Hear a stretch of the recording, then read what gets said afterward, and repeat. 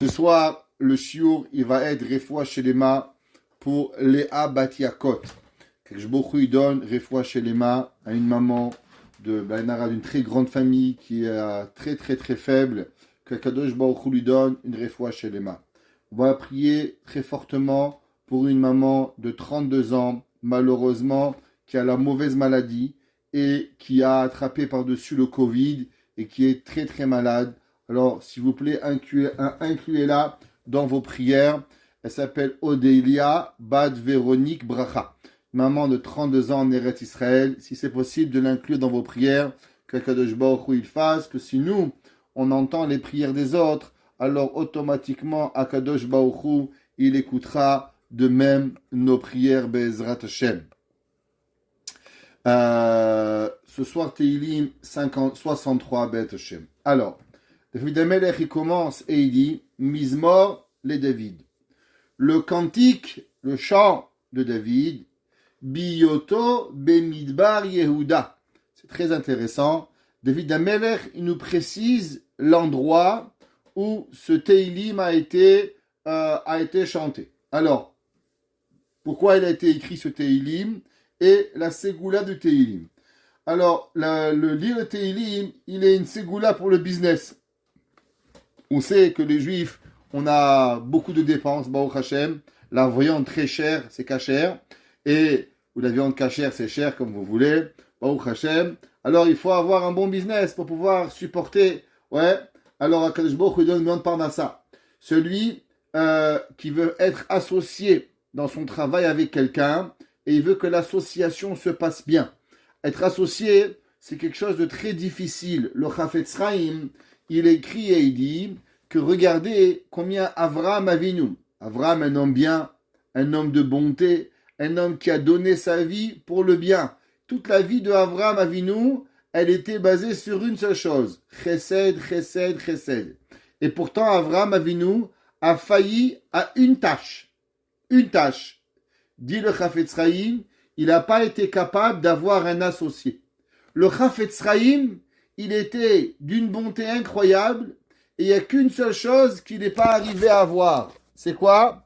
À avoir un associé. Et une association, c'est toujours très difficile. C'est comme un mariage. La différence, c'est que dans le mariage, il y a de l'amour. L'association, il y a l'amour de l'argent. Ça complique un peu les affaires. Alors, automatiquement, c'est pas facile pour avoir. Donc, pour faciliter l'association, dire le Teilim 63. Maintenant, celui qu'il a eu un associé, et il veut il veut enlever l'association, et bien sûr, généralement, chacun y pense que l'autre il a trop donné, et que l'autre il n'en a pas assez pris. Chaque dollar que tu prends, l'autre il croit que tu lui as volé, et chaque dollar que tu lui donnes, l'autre il croit que tu lui as donné seulement son dû. Et toi tu t'attends à un merci, alors automatiquement, ça crée énormément de discorde. Donc, le Teilim, celui qui a un associé, qui veut que ça fonctionne, ou celui qui veut défaire l'association, et il veut que ça se passe correctement, alors, automatiquement, qu'ils disent le Teilim 63. David Amelech, il va dire ce Teilim quand il va être dans le désert, et on va voir pourquoi il va le mentionner. Et David Amelech, il va aller vers Aaron. C'est quoi le Aaron? Alors, pour expliquer un petit peu comment ça s'est passé. Il y avait David Amelech quand il était roi à l'âge de 30 ans. David Amelech, il va être roi. David Amelech va être roi pendant 70 ans. Donc, pour comprendre un petit peu, de 30 ans à 70 ans, David Amelech, il va être roi. Dans ses 40 ans de règne, il va être 7 ans roi à Hebron et 33 ans sur Eretz Israël, moins 6 mois. 6 mois, son fils Avshalom, il va régner. Et c'est pour ça que quand c'est marqué Shloshim Veshalosh, il manque un Vav, nous dit la Gemara, à cause qu'il y a 6 mois de règne que David Amelech, il n'a pas fait, que son fils Avshalom va régner à sa place. Dans ce règne-là, David Amelech, il va vivre un certain nombre d'années, quand il était jeune, avec l'époque du Mishkan Shilo. Qui était le Mishkan Shilo? Il y avait une ville où il y avait une place qui s'appelait le Mishkan. Ce qui était au cours samedi soir, on avait parlé qu'il y avait comme un Beth Amikdash, mais pas un Beth Amikdash avec un plafond, avec des tentures. La différence du Mishkan Shilo et du Beth Amikdash, le Beth Amikdash a des plafonds et le Mishkan Shilo, il a des tentures, il a des rideaux qui font espace à la place. Après, qu'il va y avoir Mishkan Shilo, il va y avoir le Mishkan Nov et Mishkan Gidon. Dans les deux différents Mishkanim qui vont avoir, de Nov et de Gidon, il n'y aura pas de Aaron. Le Aaron ne sera pas dans le Mishkan. Il va être dans une autre tente, jusqu'à que David Amelech, il va apporter le Aaron en Eretz Israël, à Yerushalayim, avec lui. Et là, on connaît tous l'histoire que David Amelech, il va chanter, David Amelech, il va danser en l'honneur du Mishkan, et sa femme, Michal, ne va point comprendre la raison pourquoi David Amelech, il va tellement être dans la joie. Il veut dire quoi, David Amelech, un roi? Comment tu t'es abaissé pour le roi? Un roi, il s'abaisse comme ça, en chantant et en dansant. Et là, David Amelech, il t'a rien compris. Tout l'honneur d'un roi, c'est de s'élever pour Akadosh Baruch Hu, pour pouvoir avancer. Alors, ce Teilim, il a été écrit au moment où David Amelech, il se cachait de Shaoul, et il a eu envie d'aller à l'endroit du Aaron, comme un homme qui a envie de boire. Alors, on va lire quelques versets, et on va comprendre un Rashi, pour commencer, qui va nous intéresser. Ce Teilim, il écrit comme ça, Mizmor et David, cantique de David, Biyoto Bamidbar Yehuda, quand David Amelech était dans le Midbar de Yehuda. Elokim, Akadosh Baruch Hu. Keli. Pourquoi David Amelech, il écrit deux fois Elokim et Keli? A priori, Eli, un nom de Dieu. Elokim, on a Akadosh Baruch Hu. Nous disent Chazal, on sait que le nom Elokim, c'est Midat HaGevura. Kel, c'est Midat HaRachamim. David Amelech, il a écrit et il dit que même quand David Amelech, même quand Akadosh Baruch Hu, il est Bemidat Hadin, il en reste c'est que dans la rigueur d'Akadosh Baruch Hu, il y a quand même la Rachamim d'Hashem. Ata, toi, Ashacharecha, tu t'es réveillé tôt le matin, tu m'as réveillé, on va voir dans Rashi, Sama lecha nafshi. J'ai soif de toi, mon âme, Kama lecha besari.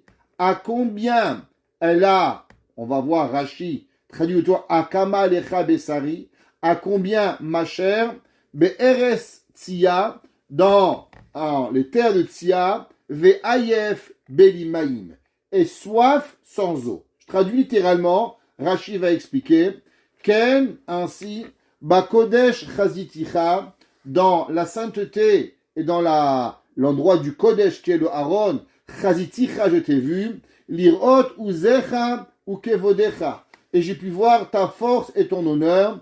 Rashi nous enseigne, et la Gemara parle, dit que David Amelech, il parle qu'il a vu la gloire de Mishkan Shilo. Il a vu quand Mishkan Shilo était construit. Kitov chazdecha michaim, car elle est grande ta bonté de la vie. Sefata yishabchunecha, car ma bouche, mes lèvres, elles vont louanger à Kadosh Baruch Hu. Ken avarechecha bechayai, ainsi je te bénirai dans ma vie, Beshimcha, à ton nom, et sa kapai, je lèverai mes mains pour pouvoir prier. David Amelech, il parle des pommes de la main, kapai, et il dit qu'avec ton nom, je lèverai mes mains pour pouvoir prier à Kadosh Baruch Hu. On sait qu'il est important quand on prie Hachem de lever les mains. Alléluia, important kamo, poter, etc., que les pommes de main soient à Kadosh Baruch Hu. Kemo chelev vadeshen tisba nafshim, pareil que du lait et des choses douces, tu vas rassasier mon âme, vesifte renanot, et les lèvres de chansons, yehalelpi, elles vont te louanger.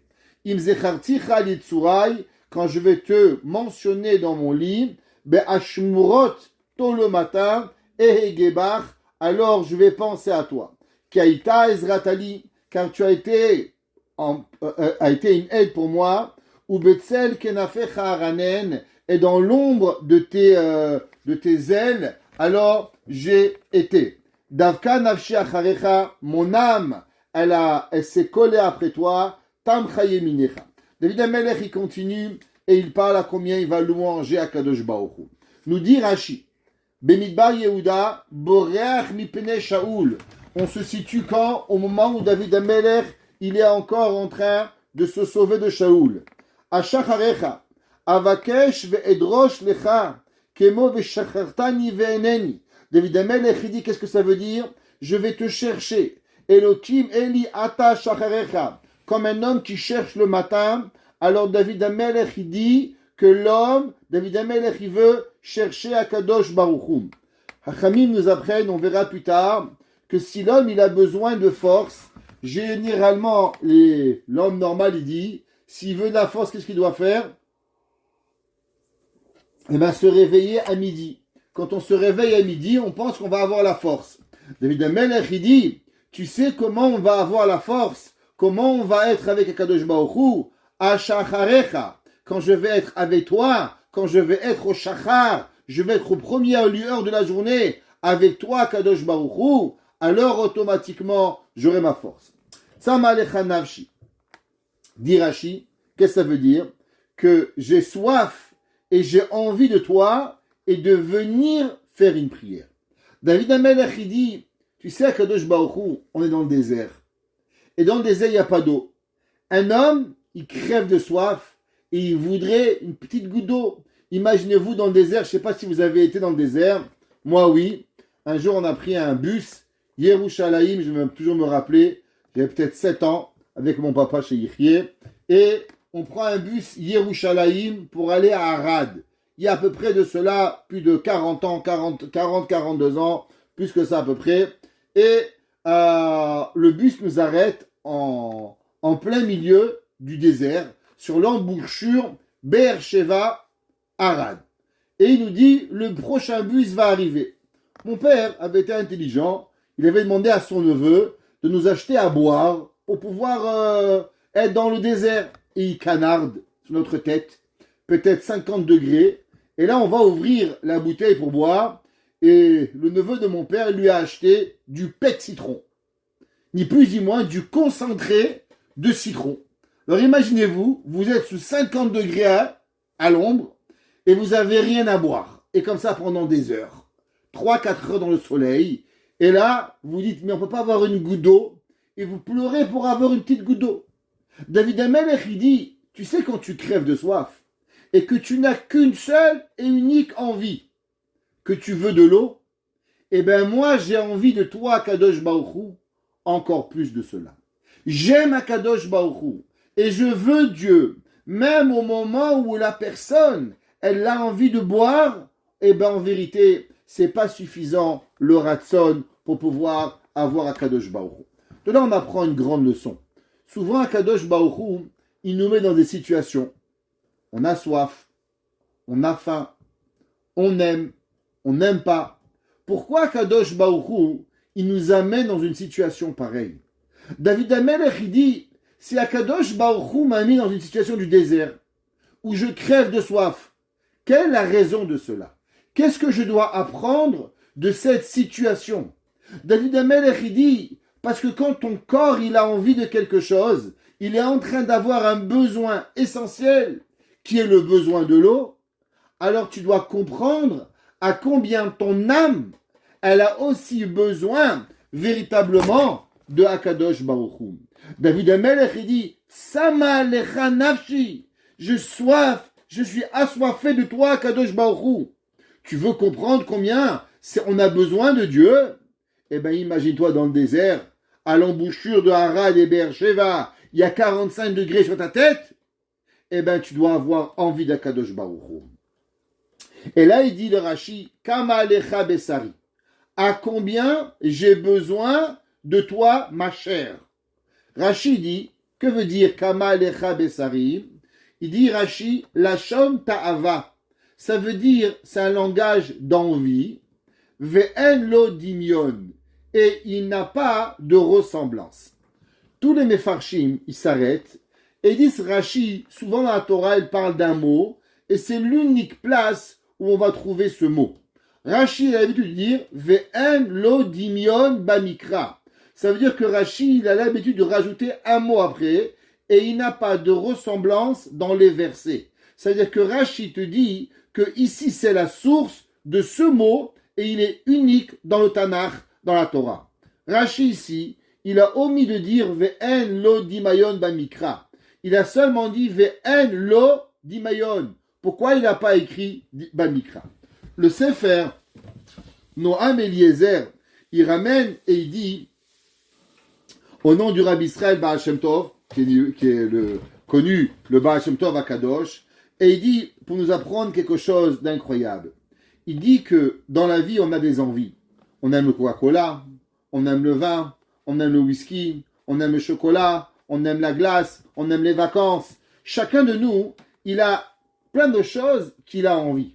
Chacun de nous, si on regarde, on a une envie particulière qui est extraordinaire, que c'est quelque chose qu'on veut. Il y a des gens, par exemple, quand ils ont de la peine, ils mangent du chocolat. Il y a des gens, ils ont bien, par exemple, quand ils ont de la peine, ils mangent un macroude.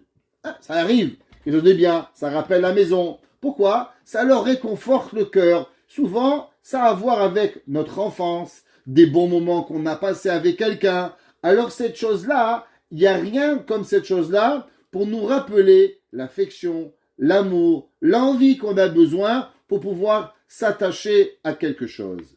Il dit, le Noam Eliezer, tu sais qu'est-ce que ça veut dire dans le pasouk que David Amelech il écrit et il dit, Kama tsama lecha nafshi, mon âme, elle a envie de toi, Kama lecha besari, en lo dimayon. David Amelech il dit à Kadosh Baruch Hu, tu sais quoi Dieu? Tout ce qui peut exister dans le monde, il n'y a rien qui peut remplir le cœur d'un juif que la présence d'être avec Kadosh Baruch Hu. Un homme qui se sent proche de Dieu, eh bien véritablement, il n'a rien besoin pour pouvoir y arriver. Pareil, la personne, en vérité, quand un homme, pourquoi un enfant, il est en classe, eh bien, il y a un bruit dehors, on se fâche quand il est en train de regarder le bruit dehors. Comment on est en train d'apprendre le français, les mathématiques, la géographie, la science, la Mishnah, la Gemara, Torah, il y a un petit bruit, il va t'arrêter. Ça veut dire que c'est tellement barbant les études que le petit bruit du pneu, il est plus intéressant que le moré ou la mora. Alors la mora, elle se fâche. Comment c'est possible que je ne suis pas intéressante? Eh bien, Kadosh Baruch Hu, David Amelech, il dit, tu sais qu'est-ce qu'il y a? Kama, combien Behemet la personne, il doit être connecté avec Kadosh Baruch Hu, comme il n'y a aucune envie possible au monde de pouvoir déconnecter la personne pour pouvoir y arriver. Et c'est ça que l'homme, il doit avoir, il doit avancer et arriver à une volonté qu'il n'y a rien, ni manger, ni boire, ne peut être avoir des envies corporelles par rapport à l'envie d'être fila, l'envie de se rapprocher d'Akadosh Baruch Hu. Les Avdil, prenez les grands chercheurs mathématiciens ou les grands physiciens, ils peuvent oublier de manger, de boire, si on ne leur rappelle pas, ils sont tellement imprégnés dans leurs recherches qu'ils peuvent tout oublier. Les Avdil, David Amelech, il dit, eh ben tout ça pour moi, Kama lecha besari, Kemo ma, toute cette volonté et tous ces plaisirs de la vie, pour moi ils sont ma, pour moi ils sont rien. Ve'en odimayon, et il n'a rien pour pouvoir y arriver. Et le Rabbi Yitzhak de Berditchev, il dit que la personne qui arrive à cette façon de voir, alors c'est ça qu'il arrive à la Ahavat Hashem. L'homme, il doit arriver à ce que la Akadosh Baruch Hu, c'est marqué dans Tehilim, Velibi Chalal Bekirbi. Et mon cœur, il a fait une place à l'intérieur de moi. Qu'est-ce que ça veut dire? Que tout le corps de la personne, il a envie de se retrouver avec Akadosh Baruch Hu pour pouvoir y arriver.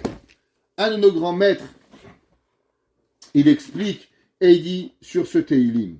On sait que David Amelech, comme j'ai expliqué, il va passer 7 ans, 7 années, être à Hebron. Il va être dans la ville de Hebron, il va régner sur Yehuda, et 33 ans sur Eretz Israël. Et j'avais toujours cette question, pourquoi David Amelech, il a dû régner 7 ans à Hebron? Quelle est la raison pourquoi Kadosh Baruch Hu, il n'a pas rendu David Amelech roi de tout Israël? Depuis quand on a vu un homme qui était roi sur une ville, et après il va régner sur la ville entière, sur le monde entier? Alors, j'ai trouvé un mefaresh incroyable. Il s'appelle Rabbi Yitzhak Parchi. Pas encore fait de la recherche d'où il est, qu'est-ce qu'il est, mais j'ai trouvé, il a vécu en l'an Tafkouf. Ça, nous, on est à peu près en l'an Tafshin Ain Gimel. Ça veut dire qu'il a vécu à peu près, il y a 173 ans, il a vécu le Rav Yitzhak Pachi. Et là-bas, il écrit un livre, et il écrit quelque chose d'incroyable. Il dit, vous savez, David Amelech, il est la Mida de Malchut. On connaît cette Mida qui est le royaume. Chesed, Gvura, Tiferet, Netzach, Od, Yesod, Malchut. David Amelech, Akadosh Baruch Hu, par rapport à son Shoresh Neshama de la Mida de Malchut, il va le faire vivre à Chevron pendant 7 ans. Pourquoi? On sait que David Amelech, il avait un but sur terre, de devenir le 4e pied de la Merkava. C'est quoi la Merkava? La Merkava, c'est ce qu'on appelle le trône céleste. Dans le trône céleste, il y a 4 pieds. Et chacun des Avot, Avraham, Yitzhak, Yaakov, chacun d'entre eux a un pied de la Merkava. David Amelech, il devait être le représentant du 4e pied du Kisei HaKavod de la Merkava. Pour pouvoir arriver à cela, Akadosh Baruch Hu, nous dit le Rav Yitzhak Pachi, il a mis Kaviachol en contact David Amelech avec les Avot pendant 7 ans. David Amelech, il va essayer de se connecter avec les Avot pour pouvoir y arriver. On sait que Kalev ben Yefouné, au moment où Moshe Rabbeinu, il va envoyer les Meraglim pour aller en Eretz Israël, par où il va les faire montrer? Il va les faire monter par Chevron. Pourquoi par Chevron? Pour qu'ils se connectent aux Avot, et grâce à la connexion avec les Avot, alors automatiquement ils ne parleraient pas de la Shonara sur Eretz Israël. Dit le Rav Yitzhak Pachi, Akadosh Baruch Hu voulait que David Amelech il puisse devenir le 4e pied de la Merkava. Pendant 7 ans, Hachem laisse David Amelech à Chevron. Et David Amelech, écoutez bien, ne réussit pas à devenir le 4e pied de la Merkava. Il va être à Chevron, il va prier, il va composer des Teilim, il va être le roi. Il ne marche pas. À ce moment-là, Kadosh Baruch Hu dit à David, David Amelech, va, deviens roi d'Eretz Israël. David Amelech devient roi d'Israël. Et là, on connaît la suite de l'histoire. David Amelech, il va rencontrer Bathsheba. Quand il va rencontrer Bathsheba, là, malheureusement, Akadosh Baruch Hu va lui dire, tu es parti avec Bathsheba, les gens ne savaient pas, permis ou interdit. C'est là qu'il va dire que tu vas avoir quelqu'un de proche de toi qui va te faire du mal. Qui est cette personne? Était cette personne? Avshalom. Avshalom va prendre sa place. Au moment où Avshalom va prendre sa place, il va avoir un homme. Pour ceux qui ont suivi le cours de dimanche soir dernier, la suite, parce que ça se connecte toujours, il y avait un homme qui s'appelait Shimei ben Gera. Shimei ben Gera, qui est le grand-père de Mordechai, Mordechai ben Yair ben Shimei. Le grand-père de Mordechai Tzadik, il va maudire David Amelech. David Amelech, il avait peur de personne. Il faut savoir une chose, David Amelech était un énorme guerrier, et il avait une épée qui mesurait 4 mètres. David Amelech, il aurait pu couper la tête à Shimei ben Gera, le temps que Shimei ben Gera, il respire et touche sa moustache, il aurait perdu sa tête. Et là, les soldats de David, ils viennent et disent, David, viens, on le tue. Et là, David Amelech, il dit, laissez-le faire. Il dit, David Amelech, vous devez savoir quelque chose. Personne ne peut faire du mal à personne si ça n'est pas que Akadosh Baruch Hu, il lui a demandé de me maudire. Et là, David Amelech, il dit, Hanichulo veikalel. David Amelech, il dit à Shimei ben Gera, à ses soldats, laissez-le me maudire. Ki Hashem amar lo kilel, car Dieu lui a dit de me maudire. La Torah nous dit que Shimei ben Gera, quand David Amelech il va revenir avec 1000 hommes pour demander pardon à David. Je ne sais pas si vous imaginez ce que c'est 1000 hommes. Un petit peu, imaginez-vous, vous remplissez toute la synagogue, toutes les chaises de Beth Zayen, en haut, en bas, vous n'avez pas 1000 places. Ok? Imaginez-vous, 1000 personnes qui demandent pardon à David. David Amelech, c'est pas grave. Akadosh Baruch Hu, il a voulu. Et il dit, le Rav, Yitzhak Fahri, est-ce que vous savez à quel moment David Ameller va devenir le 4e pied de la Merkava? Au moment où un homme, il est capable d'écouter sa honte. Au moment où un homme, il est capable d'être maltraité. Et de dire, dans la vie, il n'y a qu'un patron.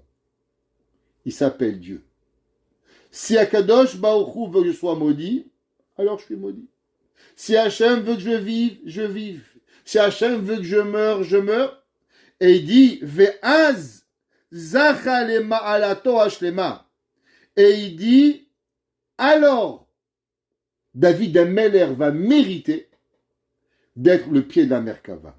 Et il termine en disant, Lekach Moussar Nora Avureino.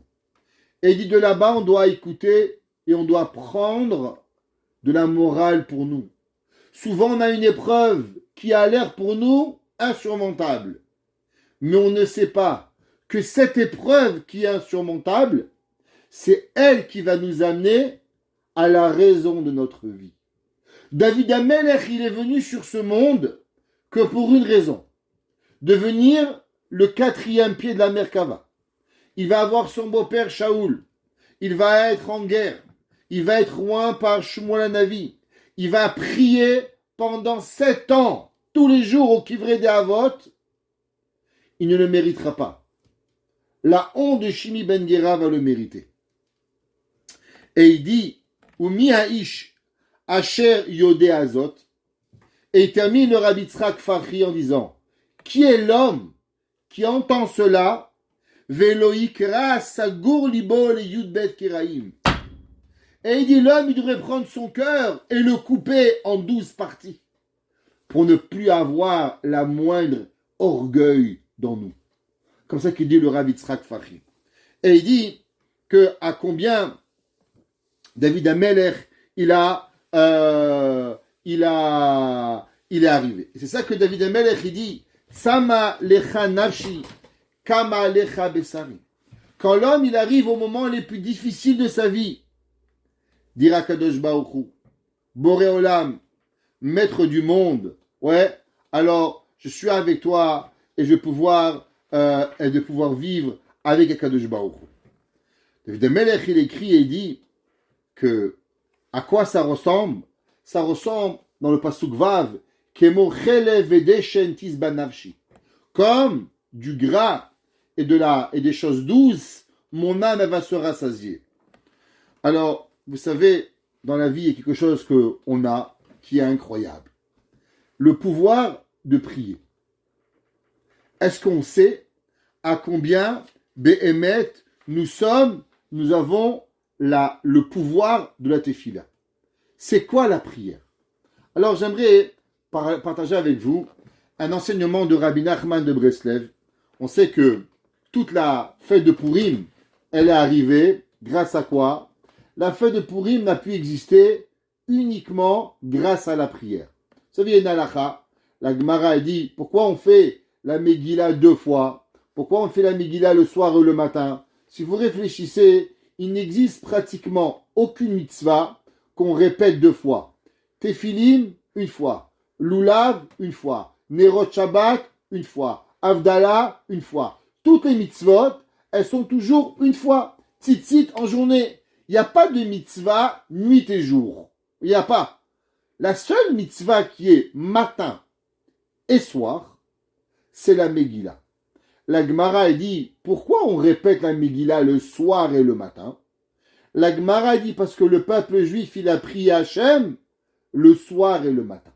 Du fait qu'on a imploré Dieu le soir et le matin, alors nous aussi, on doit remercier Akadosh Baruch Hu le soir et le matin.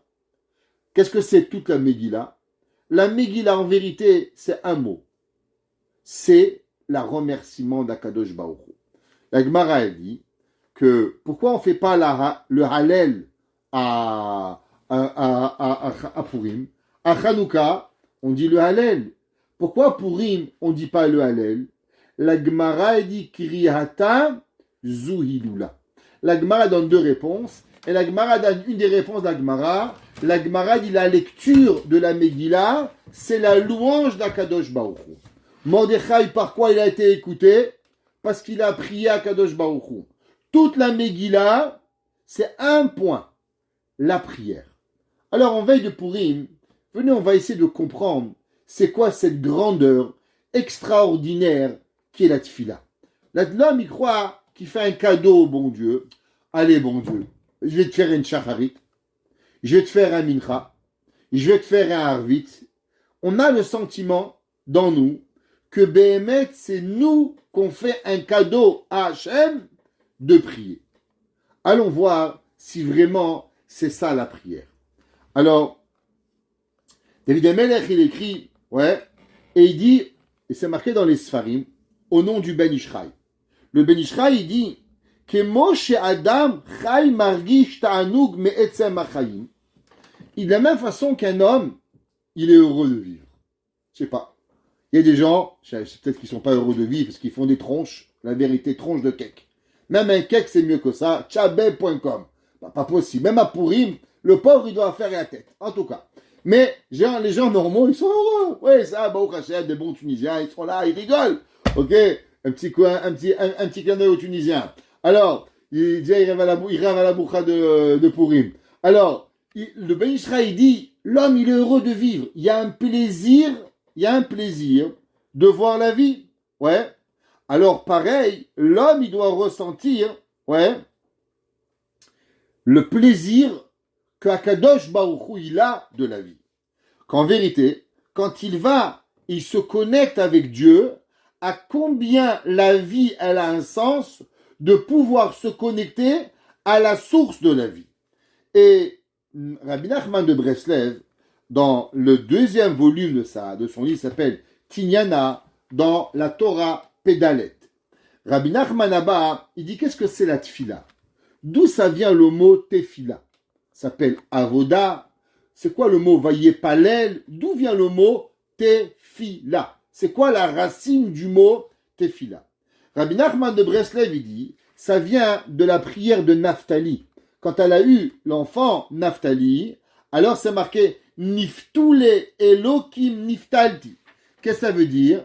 Ça vient de Tsamid Patil. Ça vient du mot attaché. Le mot tfila, c'est quelque chose qui vient du mot une attache que nous avons. Que quoi? Maintenant, on va réfléchir quelques secondes. Combien de loin elle est la Lune? La Lune, elle est à des milliers de kilomètres. On sait que la Lune, elle est très très très proche de la Terre. On sait qu'il y a des galaxies aujourd'hui qui sont à des centaines et des centaines d'années-lumière. C'est quoi une année-lumière? Ça veut dire un an où la vitesse de la lumière, elle avance. Et à des milliards de kilomètres. Des milliards de kilomètres. Et Akadosh Baruch Hu, il est au-dessus de toutes ces galaxies, de tous ces trous noirs, de tout ce qu'il y a au lointain.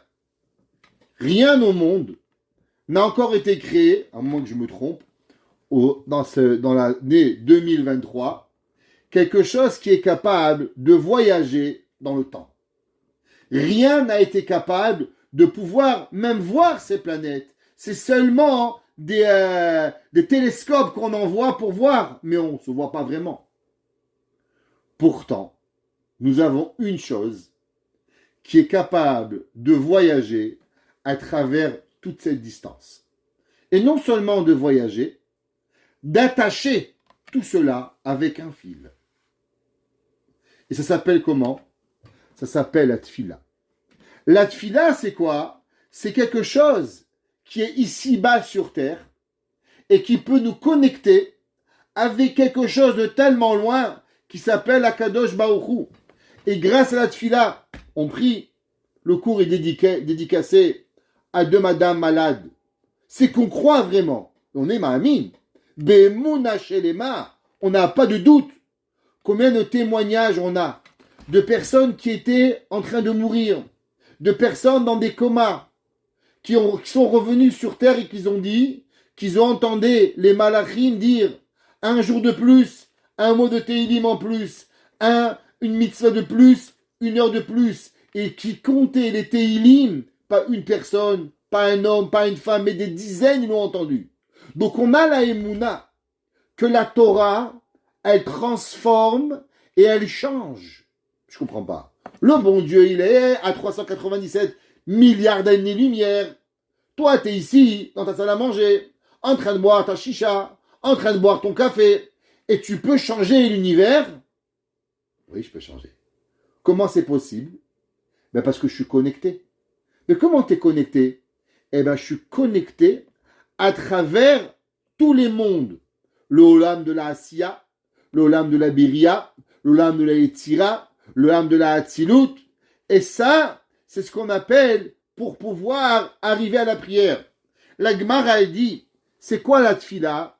La Gemara dit tfila bimkom korban.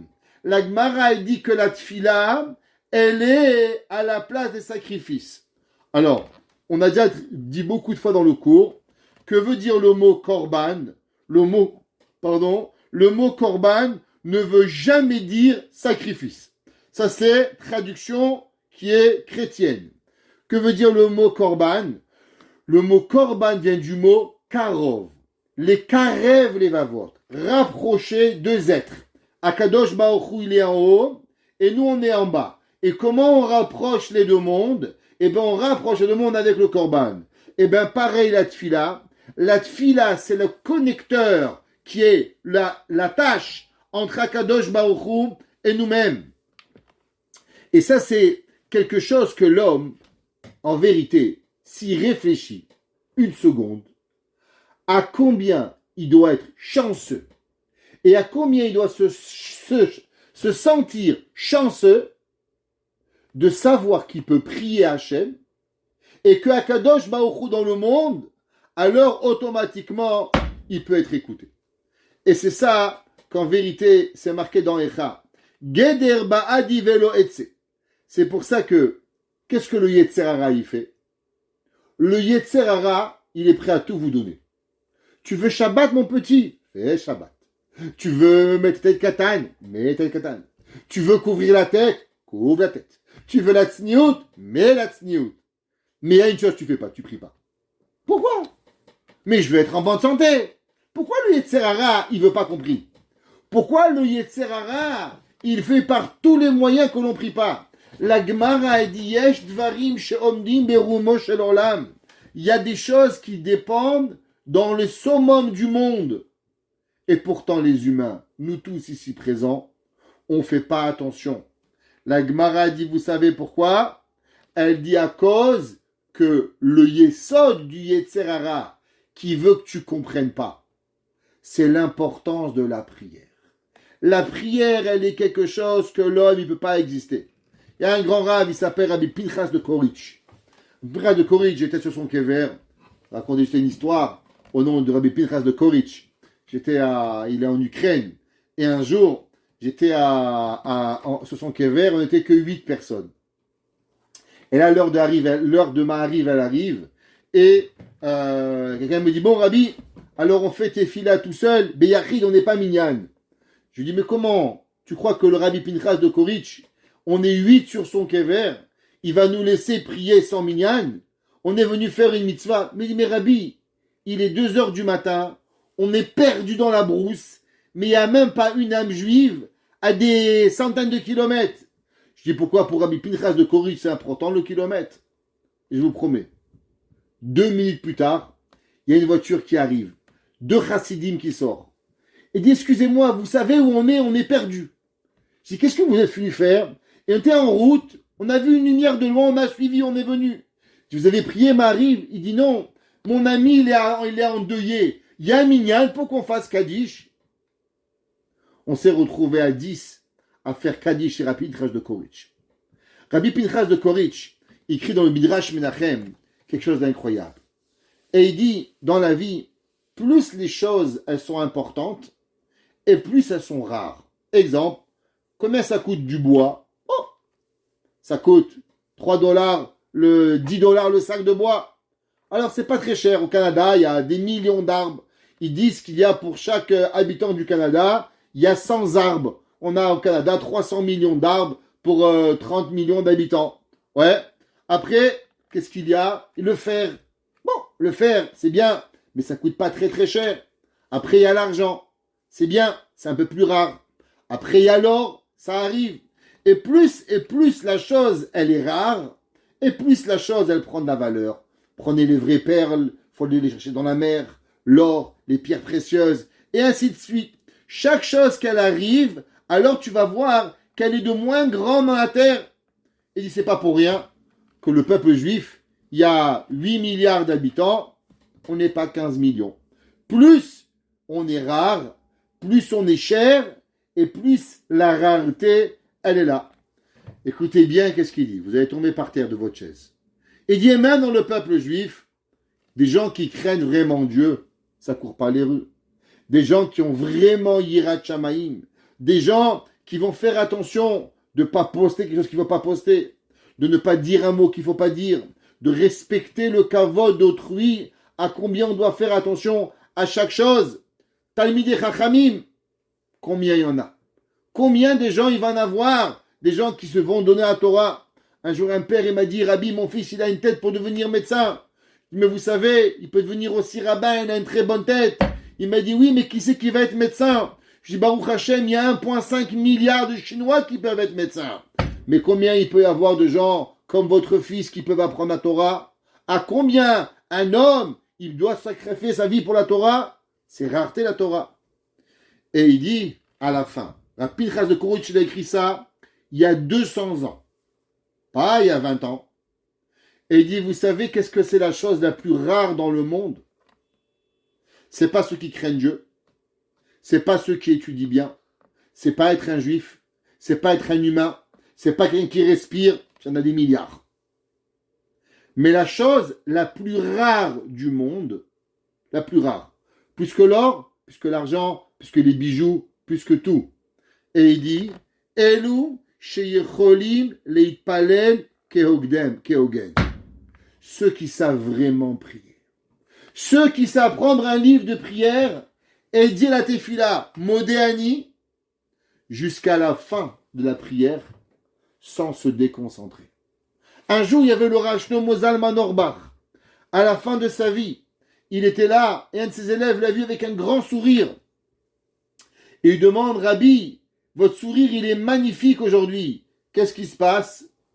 Il dit, je vais te le dire, tu es un élève cher à moi, je vais te le dire. Aujourd'hui, j'ai pu prier les 3 Shmona Esrei en arrivant à ne pas me déconcentrer les 3 dans la même journée. Alors ma journée, elle est spéciale. Le Rav Shlomo Zalman Auerbach, grand qu'il était, il avait la difficulté à pouvoir faire les 3 Shmona Esrei entières, Baruch, Ata, traduction de chaque mot, sans se déconcentrer. Je ne dis pas de commencer à modéani et à finir. La rareté de la chose. Eh bien nous, Baruch Hashem, on a un sefer de Teilim, on veut prier, on a un livre de prière, on a des livres entiers. Baruch Hashem, Rabbi Nathan, il a écrit un sefer, l'écouter de Philot, on a Rav Sharabi, qui a écrit des livres incroyables, ouais, qu'on peut parler avec Kadosh Baruch Hu, des paroles de sainteté incroyables. Quelle joie! Quelle richesse nous avons, que l'homme il va arriver à pouvoir avoir cette façon-là, mériter la Géoula. Chaque fois qu'on fait une prière, on approche la Géoula. Et c'est que David Amelech il dit comme les plus choses les plus grasses et les plus bonnes, tisbanavshi. Alors tu vas rassasier mon âme, et alors vesifte renanot yalelpi. David Amelech il dit, tu sais qu'est-ce que c'est le plus grand plaisir de l'humain? D'être connecté avec Kadosh Baruch Hu pour pouvoir arriver à prier Hachem. Et vous savez que la personne elle doit savoir qu'en vérité, quand est-ce que la prière devient une prière? Eh bien la prière, elle devient une prière quand on est heureux de prier. Quand l'homme, il trouve du goût à sa tefila. Quand l'homme, il a envie de prier à Kadosh Baruch Hu.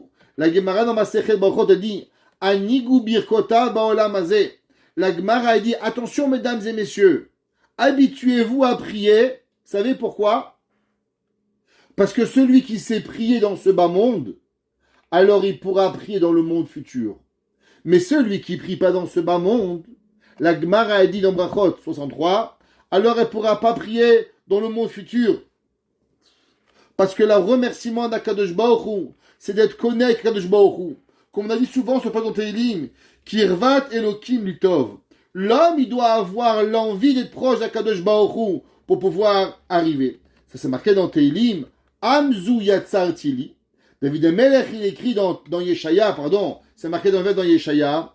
Yeshaya Navi dit, Amzu Yatzarti.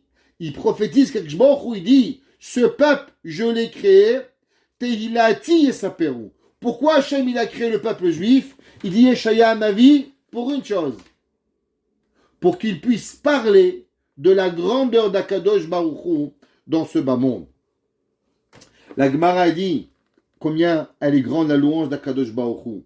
Et ça, c'est ce qu'on appelle la vie éternelle. Vous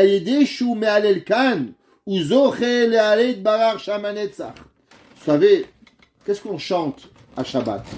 J'ai marqué Mizmor, Shir Leyom à Shabbat. Alors le chant que l'on chante le Shabbat. De quel Shabbat on parle?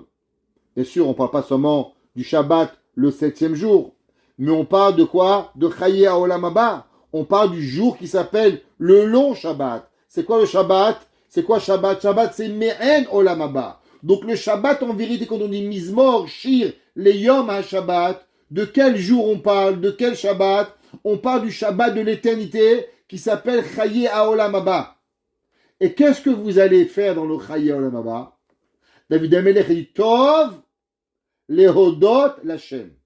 À combien il est bon de remercier Hachem? Il dit Rav Yaakov Meir Scherter, mesdames et messieurs, vous savez qui c'est qui va pouvoir vivre dans Chaye Haolam Haba? Celui qui va apprendre à vivre ici en remerciant Hachem. C'est quoi le Olam Haba? Le Olam Haba, c'est celui qui est capable d'être dans ce bas monde en remerciant Hachem. Rabbi Nachman de Breslev, dans un de ses derniers enseignements, il enseigne et il dit qu'il y a des personnes qui vivent ici dans le Gehinam et il y a des personnes qui vivent ici dans le Gan Eden. Qu'est-ce que ça veut dire? Il y a des gens, toute leur vie, c'est des râleries. Son père, sa mère, sa soeur, son mari, toute sa vie, rien qui râle. C'est quoi ce monde? Chabeb.com, Gehinam. Il dit, dans ce bas monde, pour eux, c'est le Gehinam. Il y en a d'autres qui vivent ici au Olam Haba. Vous savez pourquoi? Parce qu'ils apprennent à remercier Akadosh Baruch Hu sur chaque détail de leur vie. Et qu'est-ce qui fait la différence entre le Gehinam et le Gan Eden? C'est à combien d'intensité et à combien de volonté et de plaisir tu as que l'homme il va arriver pour pouvoir prier à Kadosh Baruch Hu. Rabbi Nachman y ramène et il dit qu'est-ce qu'on sait que la tefilot elle s'appelle pipiyot. C'est quoi pipiyot? Pipiyot ça veut dire deux choses. Et Rabbi Nachman il dit qu'est-ce que ça veut dire? Il dit que l'homme, il doit remercier Akadosh Baruch Hu d'abord d'avoir des besoins et aussi de louanger Akadosh Baruch Hu. Et il y avait un rabbin qui s'appelait Rav Avraham ben Rabbi Nathan et il disait que l'homme, il devait augmenter à la remerciement d'Akadosh Baruch Hu. Parce que du fait qu'il a des demandes, du fait qu'on a des besoins, alors on a de quoi se rappeler qu'on dépend de Dieu. Il dit Rabbi Avraham ben Rabbi Nachman, tu sais Akadosh Baruch Hu qu'est-ce qu'il veut de toi? Plus tu as des besoins et plus tu pries Hachem. Plus tu pries Hachem et plus tu es proche d'Akadosh Baruch Hu. Alors il dit c'est marqué Vecherev pipiyot. On a une arme à double tranchant. C'est quoi pipiyot? Parce que à travers la prière, on a une arme à double tranchant qu'on puisse arriver à arriver à la tefila. La Gemara a dit que comment vous voulez savoir qui était une personne? La Gemara dans Shabbat 153, presque à la fin du traité de Shabbat, la Gemara est dans Shabbat Kufnun Zayin, Kufnun Kret, là-bas la Gemara a dit qu'à travers les espédim et les louanges de l'homme, alors on peut savoir qui est l'homme. Bon, je vais vous dire que cette Gemara elle fait couler beaucoup d'encre, mais ça c'est seulement à l'époque où les gens ils étaient honnêtes. Aujourd'hui, que Baruch Hashem, les gens, c'est des grands hypocrites. Aujourd'hui, on peut faire une louange d'un rachat et le faire penser qu'il est un homme bien. Mais c'est malheureux. Vous savez, un jour, il y avait un homme que tout le monde connaît, il s'appelait le Tzaddik de Yerushalayim, le Rav Levin. Le Rav Levin, un jour, il était en guerre. C'était durant la Première Guerre mondiale. En Israël, il y avait la famine. Et il y avait un homme qui avait envoyé au Rav Levin, je pense la première ou la deuxième, je ne me rappelle plus, il avait envoyé au Rav Levin, il y avait une coupa de tzedaka, il avait envoyé de l'argent pour pouvoir manger. Alors le Rav Levin, il était parti le voir. Le Rav Levin, c'était le beau-père de Rav Eliashiv. Alors, je ne me trompe pas, c'est-à-dire la Première Guerre mondiale. Alors il est parti le voir, il lui a dit, regarde, tu as reçu de l'argent pour moi, s'il te plaît, tu peux me la donner. Il a dit, regarde, d'abord, il faut que je m'assoie, je m'assure que c'est ton argent. Il faut que je m'assure que c'est pour toi. Il dit, mais j'ai vraiment besoin. Doucement, prends ton temps, ne sois pas pressé. Et le monsieur l'a traîné 1 semaine, 2 semaines, 3 semaines. Il a vérifié. 3 semaines plus tard, il est revenu. Il a dit, monsieur Levin, j'ai pour vous votre argent. Il n'en est plus besoin. Il dit, mon fils est mort de faim. Le fils du Rav Levin était mort de faim. Le Rav Levin était tellement triste qu'il y avait de l'argent pour nourrir son fils et que, style la religion mal placée d'un homme, avait tué son fils et laissé mort de faim. 1 semaine après, ça n'avait pas apporté chance à ce monsieur. Ce monsieur, il est mort. Quand il est mort, le Rav Levin, il est parti à l'Evaya. Quand il arrivait à l'Evaya, il a vu comment les gens, ils lui faisaient des louanges. Quel sadique, quel homme bien, un homme généreux. Le Rav Levin était tellement écœuré qu'il a écrit, si c'est ça que les gens ils disent dans des éloges funèbres, qui sont tellement hypocrites, un assassin qui a tué mon enfant, on est capable de dire qu'il est sadique, alors je ne veux pas qu'on fasse des éloges pour moi. Parce que le mensonge, il a trop pris de place dans ce monde. Et le Rav Levin a été enterré sans qu'on fasse des éloges funèbres pour lui, à combien il refusait le mensonge. Mais à l'époque de la Gemara, Chachamim faisait attention à ce qu'on dit, faire très attention à ce qu'on dit dans une éloge funèbre, parce qu'on ne sait pas. Un jour, j'ai rencontré un Rav qui s'appelait le Rav de Betora, qui s'appelait le Rav Jablon. Ceux qui connaissent Montréal, ils connaissent qui il était. Et il m'a raconté que le premier jour qu'il est arrivé à Montréal, devenu à l'époque, Betora était une des plus grandes synagogues de Montréal. Aujourd'hui, peut-être qu'ils ont Minyan, s'ils ont de la chance. Alors, il y avait un mort, et un monsieur qui est décédé. Alors le rabbin, il s'est levé faire une éloge funèbre, et il a parlé, quel bon père, quel bon mari, et patati et patata. À la fin de la loge funèbre, la femme est arrivée et dit, monsieur le rabbin, sans vouloir vous faire de la peine, mais qui vous a permis de dire que c'était un bon mari? Il me frappait, il massacrait mes enfants, il nous affamait. Comment vous avez osé vous lever devant tout le monde, que tout le monde y sait à combien il était méchant avec nous, et nous dire qu'il était un bon mari et un bon père?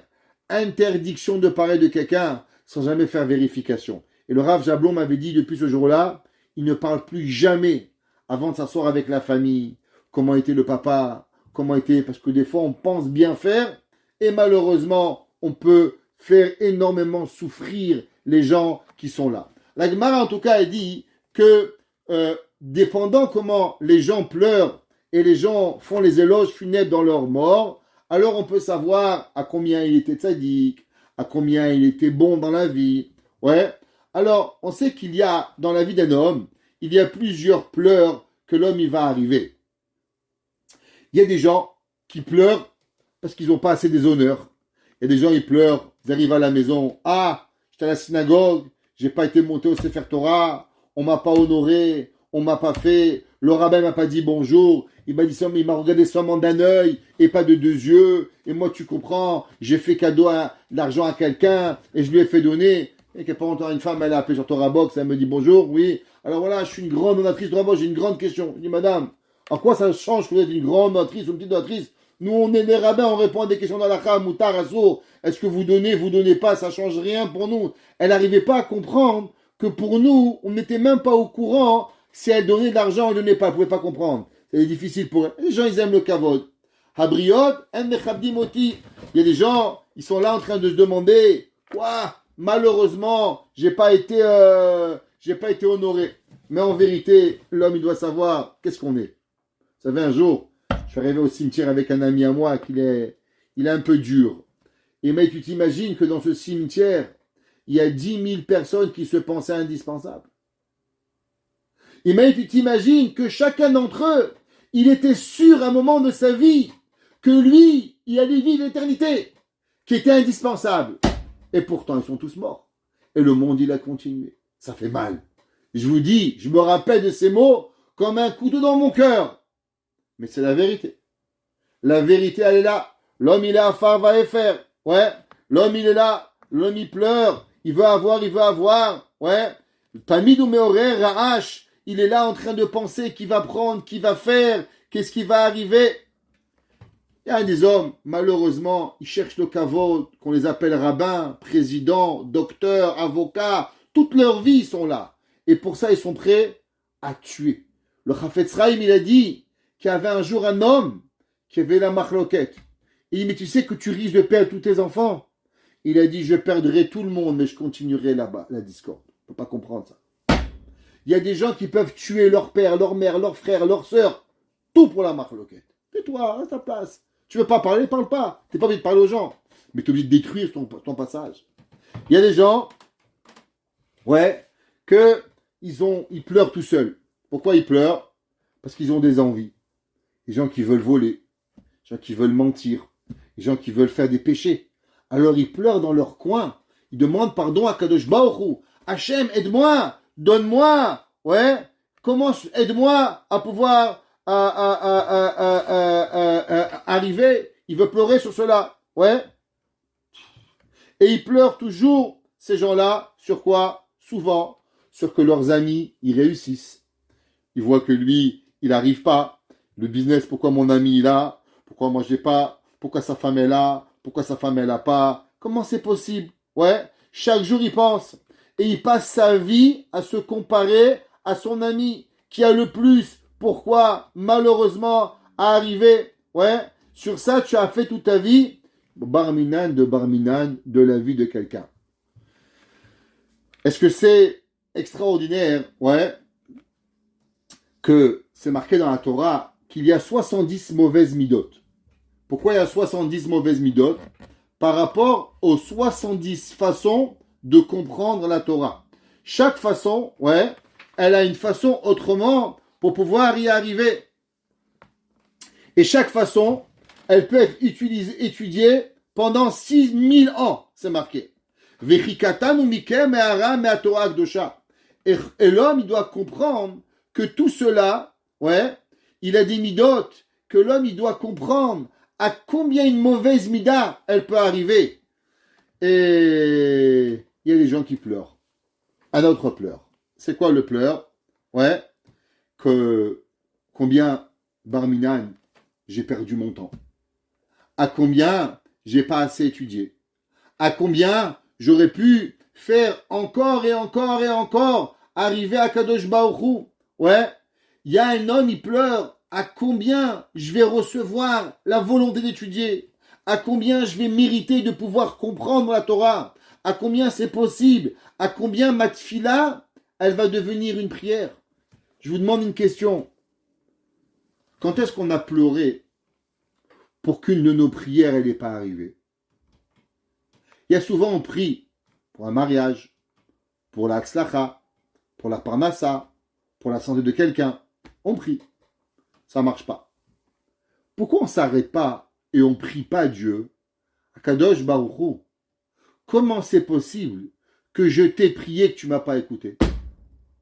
Il dit Rabbi Nachman de Breslev, l'homme il devrait prier et pleurer comment Akadosh Baruch Hu, il a écrit dans la Torah que Dieu écoute toutes tes prières et pourtant moi je t'ai prié et tu ne m'as pas écouté. Ça veut dire que l'homme, Kaviachol, à cause de nos péchés, on remet en question le concept de la prière. La prière, elle doit être tellement forte que dès que l'homme y prie, alors automatiquement, il doit arriver à être écouté. L'homme, il doit se dire et se rappeler que toute la raison que l'homme, il a été créé, a été envoyé de Dieu à des millions de kilomètres, ouais, c'est seulement pour faire une seule chose. C'est pour que l'homme, Béhémet, il prie à Kadosh Baruch Hu. Maese began Eden, im evalet kol yamal havel varik.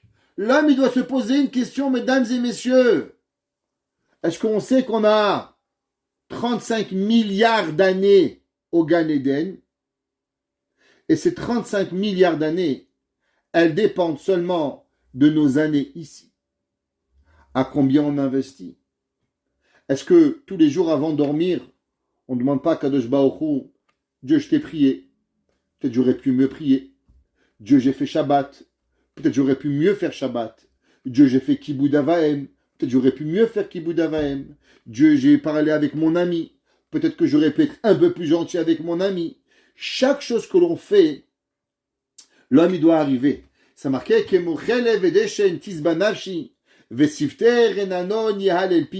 l'homme, en vérité, toute la vie, il doit arriver. L'homme, il doit, toute notre vie, David Amelech, il dit, on arrive dans une situation, on a soif, on doit se rappeler à combien mon corps il a soif, à combien ma neshama elle veut de Dieu. Et je terminerai avec un chant. Vous savez que ce Teilim, c'est le fameux chant du Rabbi de Lubavitch. Sama lecha nafshi. Ouais, c'est un chant très connu qui était chanté avant la guerre. Et les Juifs, dans les camps de concentration, ils ont rajouté quelques mots durant ce chant que j'aimerais partager avec vous. Et il dit comme ça, Hayu medinot melachim sarim. Il y avait des pays qui étaient des royaumes et des princes, qui nous ont garshunu veitsukunu. Ils nous ont envoyés de leur pays, ils nous ont chassés, ils nous ont fait du mal. Hem arshav kulam chorvot upgarim. Et qu'est-ce qui est arrivé de l'Allemagne en 45? Elle est seulement un massacre. Qu'est devenue de l'Espagne? Rien. Qu'est devenue de la Pologne? Rien. Qu'est devenue de tous ces pays?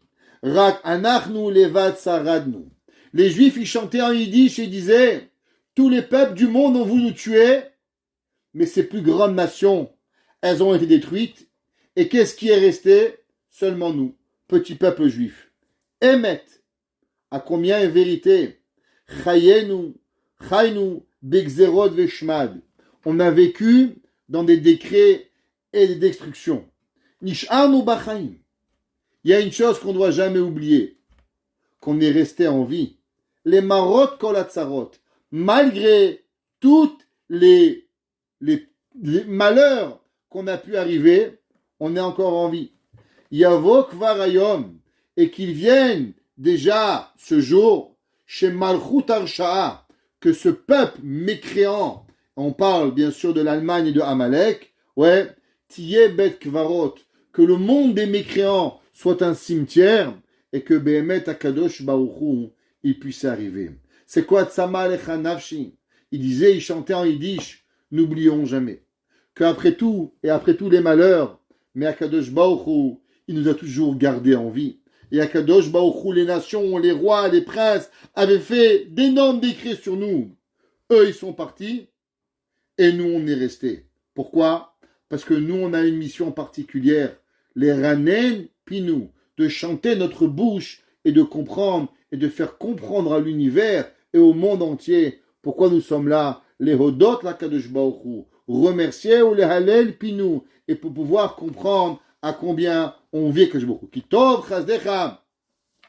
Évidemment, il dit Kitov Chazdecha, car elle est bonne ta bonté, Mechaim de la vie, c'est Fatai Shavchenucha, que l'homme il doit comprendre à combien la bonté d'Akadosh Baruch Hu elle est bonne, et que nos lèvres n'ont qu'une seule envie, c'est de louanger Akadosh Baruch Hu. Baruch Hanai L'Olam. Amen ve Amen.